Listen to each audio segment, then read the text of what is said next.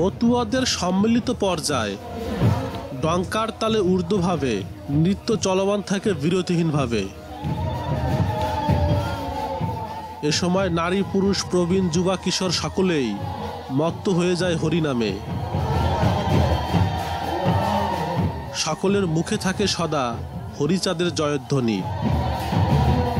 উচ্চস্বরে উচ্চারিত হয় জয় হরিবোল হরিবোলের মহাধ্বনি। এই কীর্তন বা মাতামি মতুয়াদের কাছে বাহ্যিক সাধনার সর্বোচ্চ স্তর। যেমন সমুদ্র রোমন্থনে উদ্গীরণ হয় অমৃতের, তেমনি কীর্তন খোলায় হরিনাম মাতাম রোমন্থনে সৃষ্টি হয় হরিপ্রেমের প্লাবন। প্রাপ্ত হয় পার্থিব ও অপার্থিব আরাধ্য ধনের। এ সময় অনেকেই কীর্তন খোলায় ধুলায় লুটিয়ে পড়ে, নিজেকে সমর্পিত করে হরিনাম রোমন্থনে।